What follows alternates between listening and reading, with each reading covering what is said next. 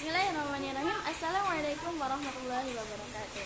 Di sini saya akan menjelaskan tentang usul fiqh dari kitab Mabadi Awaliyah. Ini kitabnya. Al adalah pondasi, sedangkan aslu adalah pondasi-pondasi.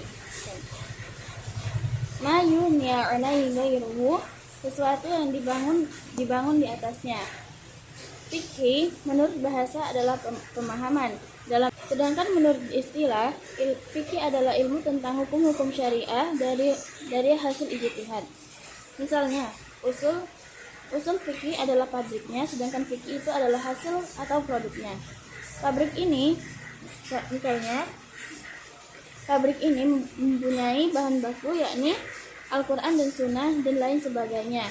Dari pabrik ini pasti menghasilkan satu produk yakni fikih, yang menghasilkan hukum halal, haram, mubah, makruh dan lain-lainnya.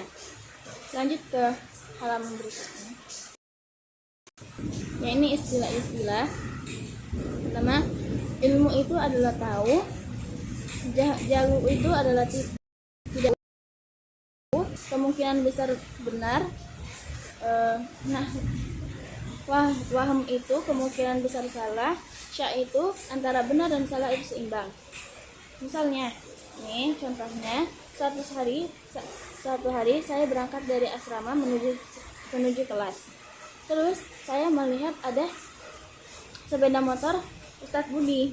Ustadz Budi ini, zannya Ustadz Budi itu ada dalam kelas dan wahamnya Ustadz Budi itu tidak ada di dalam kelas.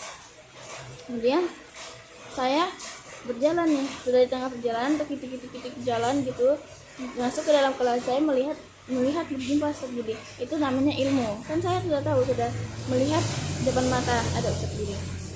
Dan terus saya jalan lagi, titik tidak ada Ustadz Budi. Tuh, itu dinamakan jarunya. Kemudian ketika saya berjalan menuju kelas, saya tidak melihat adanya ada sepeda motornya Ustadz Budi. Saya tidak tahu itu ada Ustadz Budi atau tidaknya. Itu antara pertengahan antara benar dan salah. Kan kita cuma mendadak-mendadak. Apa mungkin sepeda motornya Ustadz Budi ini dipinjam sama siapa kek gitu.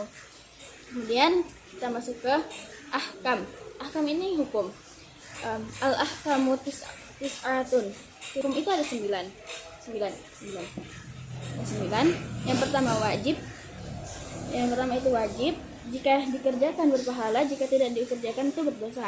Contohnya salat 5 waktu. Yang kedua itu mandab, itu dikerjakan berpahala dan ditinggalkan tidak apa-apa. Yang ketiga mubah, dikerjakan tidak apa-apa dan ditinggalkan tidak apa-apa juga. Yang keempat haram, dikerjakan berdosa, tidak dikerjakan mendapat pahala. Yang kelima makruh, dikerjakan tidak apa-apa, ditinggalkan berpahala. Yang keenam sahih.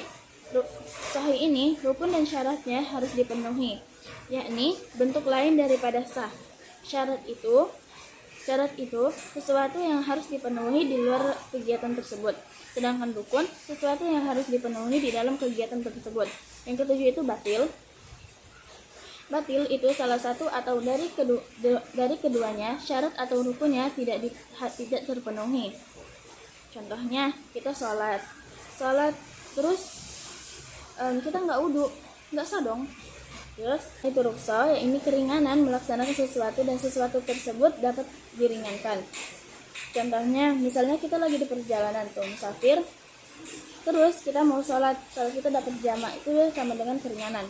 Yang kesembilan yang terakhir itu azimah, ya ini melaksanakannya tidak dapat diringankan, seperti puasa Ramadan full di bulan itu dan sholat ketika kita sholat tidak ada uzur apa-apa, itu tidak ada keringanan. Alhamdulillahirrahmanirrahim. Usai sudah penjelasan kita pada kali ini. Kurang lebih mohon dimaafkan. Syukran kasir. Assalamualaikum warahmatullahi wabarakatuh. Dadah.